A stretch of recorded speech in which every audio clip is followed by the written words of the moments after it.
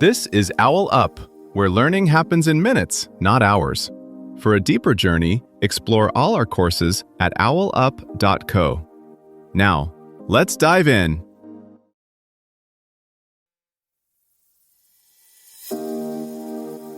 Welcome to Chapter 1 of our series, Beyond Anxiety, Transform Your Relationship with Fear.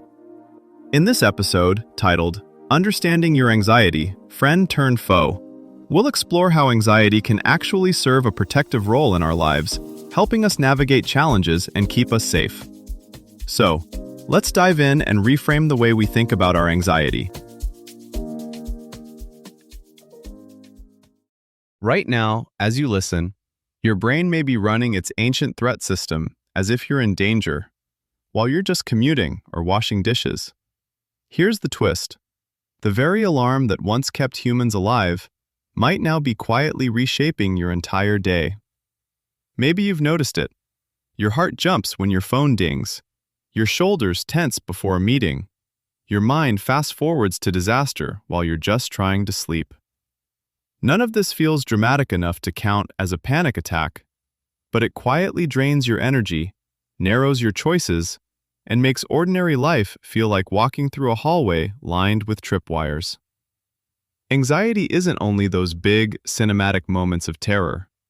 It often shows up as subtle background noise, constant what-if thinking, second-guessing every email, replaying conversations like a stuck audio clip. Over time, your brain starts treating these everyday moments like tests you must pass or threats you must outthink. In this episode, we'll map how that background hum becomes a loop, how your thoughts, body sensations, and habits can accidentally train your system to stay on high alert, even when nothing dangerous is happening. That loop doesn't start in your head. It starts in your brain's threat detection circuitry, which can misread pressure as danger. A demanding email, an uncertain tone in someone's voice, even your own racing heart can get flagged as a problem to solve. Over time, your system starts favoring caution the way a GPS keeps rerouting you away from traffic, even if it means a longer, more stressful route. The more your brain predicts trouble, the more it scans for confirming evidence, quietly editing your day so that risk, spontaneity, and rest feel less and less available. Anxiety becomes a problem less because it exists, and more because of how it starts to organize your choices. Think about a moment when you felt keyed up before something low stakes. Replying to a message, joining a group chat, starting a task you've put off. The spike of unease shows up. Your brain quickly runs a prediction. If I do this, something bad might happen. Then, almost automatically, you do something to shrink that feeling. Delay the reply, over-edit the message, scroll your phone instead of starting the task. That move usually works in the short term. Your body settles a bit. The tension drops from a 7 to a 4. On a brain level, that relief is powerful evidence. It quietly teaches your system, avoiding worked. Let's do that again next time. You don't decide this consciously. It's more like a tiny behavioral experiment your nervous system keeps running and rerunning. Now layer in modern life. Constant notifications, performance reviews, social comparison, financial strain, news alerts. Each one is a fresh opportunity for your brain to predict threat and reach for the same playbook. Worry more, plan harder, shrink your world, or numb out. Over weeks and months, patterns form. Worry, mentally rehearsing worst-case scenarios to feel more prepared.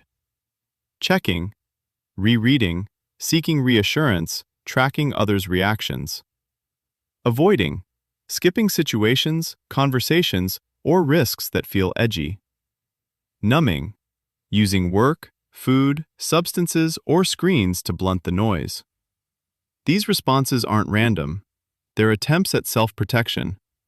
The twist is that they slowly confirm your brain's fearful predictions. If you always cancel plans when you feel awkward, your nervous system never gets to learn that awkwardness usually rises and falls on its own, and that you can handle it.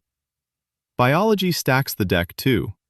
Some people inherit a more twitchy baseline, genes that make stress chemicals spike higher or calm down more slowly.